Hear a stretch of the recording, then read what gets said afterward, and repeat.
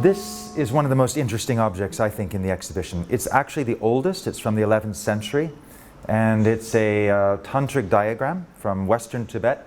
It goes back to the early transmission of the Tantric tradition to Tibet. So we actually see a very layered set of symbols in this modeling of a kind of intermediate anatomy and physiology in the body, which became essentially a map for meditation and for yogic practice.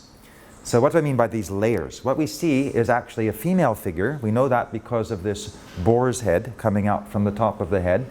And this is actually what identifies this as Vajravārāhī, the Tantric goddess, Dorjipamo as she was called in Tibetan, who is the transformed image of the self that the Tantric practitioner would envision himself or herself to be. Surrounded by fire often, using the creative imagination to overcome our self-identity. So that represents the Buddhist element within this. However, there are pre-Buddhist elements, for example. We see it in the pelvic cradle, a bow, and we see the triangle, as it were, being shot up right through the central column of the body. So this is a very powerful image in the Bön tradition. It's not described in Tibetan. And what's happening, what is it that this energy that's being concentrated below is being shot up through the navel?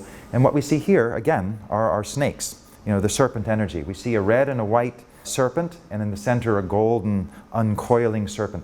So it's literally as if the bow, this Bön bow, shooting up the Kundalini energy up right through the core of the body, the eruption, as it were, of the somatic intelligence of the unconscious, rising up to the heart. Here we have two inverted triangles, right up to the core, and then we have this rather wonderful kind of depiction, as it were, of the brain.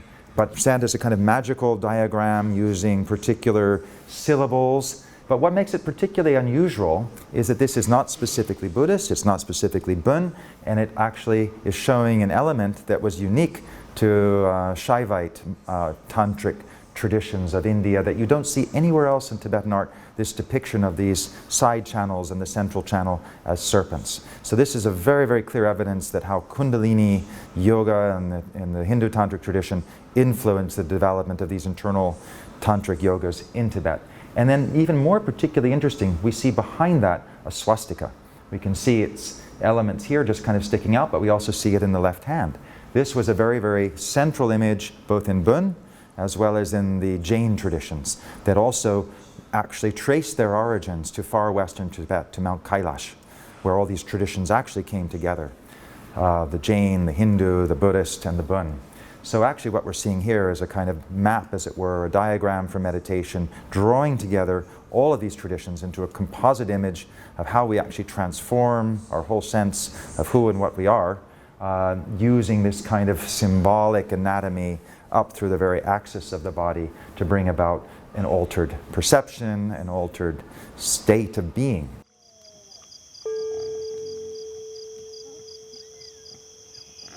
So what we see here in this sow, it's actually not a boar's head but a sow's head, a female pig. So in one of the forms of Vajravārāhī, it's a Tantric Buddhist goddess, she's shown always with this this sow's head, female pig coming out from her head. So what that's representing symbolically in Tantric Buddhism is the transformation of ignorance into illumination, into wisdom, into enlightenment. Because the pig is generally used as a symbol of ignorance, of unawareness, even though pigs are relatively intelligent animals. In Buddhist symbology, they were associated with the ignorance. So what's interesting in the whole path of Tantric Buddhism, you don't reject anything. So even though you've transformed and you've gone beyond that kind of primal ignorance of your own nature, it still remains as a kind of ornament to experience. And so we see that throughout Tantric Buddhist art. Even when you've transformed fear of death, you're still garlanded in skulls, and everything is about including everything that is in its aesthetics.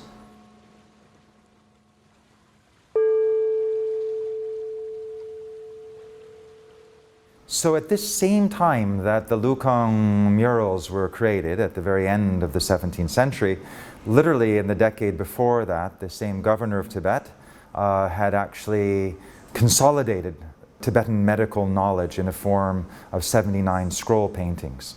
And only when that work was completed did they actually begin on the murals in the Lukang Temple. So Tibetan medical tradition was very advanced. It drew upon the traditions of Indian Ayurveda, drew upon the traditional Chinese medicine, as well as indigenous medical and healing traditions in Tibet, as well as Hellenic medicine that had actually come into Tibet through the Silk Route. So it was an incredible composite knowledge, and it was consolidated in the end of the 1600s during the latter part of the reign of the 5th Dalai Lama. And actually this Desi Sangye Gyamtso also built the first Tibetan medical college called Chakpori, directly on the mountain opposite from the Potala Palace. So it was a real period of consolidation of knowledge and a way of trying to really articulate knowledge. And so what was really interesting in terms of the Tantric yogic practices is that they were all based upon actual physiological, empirical processes within the body. So this was actually something that we'll see in the murals, in which they're not depicting only these kind of esoteric ideas about energy in the body, but they also depict anatomy as we would more customarily understand it from a Western point of view.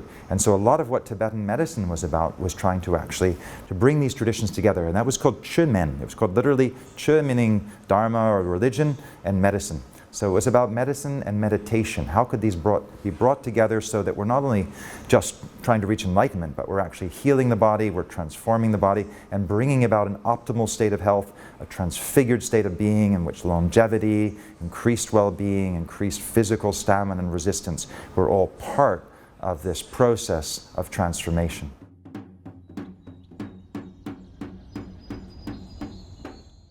What's wonderful about the Tibetan medical system is it's extraordinarily eclectic because it actually drew consciously from so many different traditions.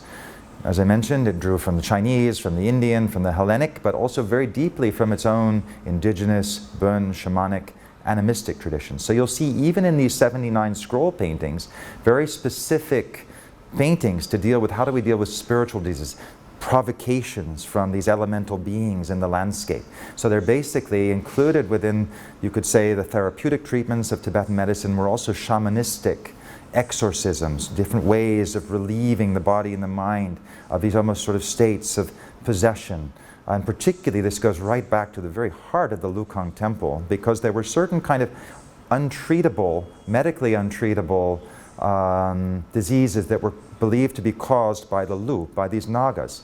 So if you did something, if you cut down the wrong tree, moved the wrong rock, dug in the wrong place, if you didn't appease these Nagas, these sort of serpentine energies of the underworld, they would cause lots of different kinds of skin disease in particular, infertility problems.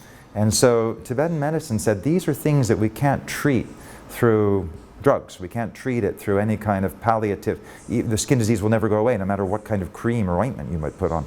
So it had to be done through exorcism, a way of reconciling the spirit and the body back with the elements of the landscape. And that was really the provenance of the Bön tradition.